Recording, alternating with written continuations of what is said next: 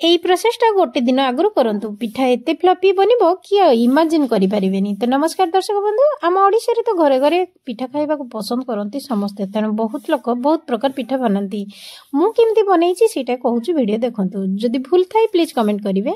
काली सकाळ देखंतु चाउल बतरी थिली, राति रे ताको डिनर करिकि ताको ग्राइंडिंग कर देइथिली। सकाळो केते सुंदर फुली जाईछि देखंतु। आज करेई रे मुहाटिए करिवि। सेतिरे नडिया कुरिकि देइछि, आपण माने चाहिले काटिकि देइ परिबे। आ चीनी एई दुईटा जिंस को देइकि गोळेइकि भलो करी गोळेइ नेबे।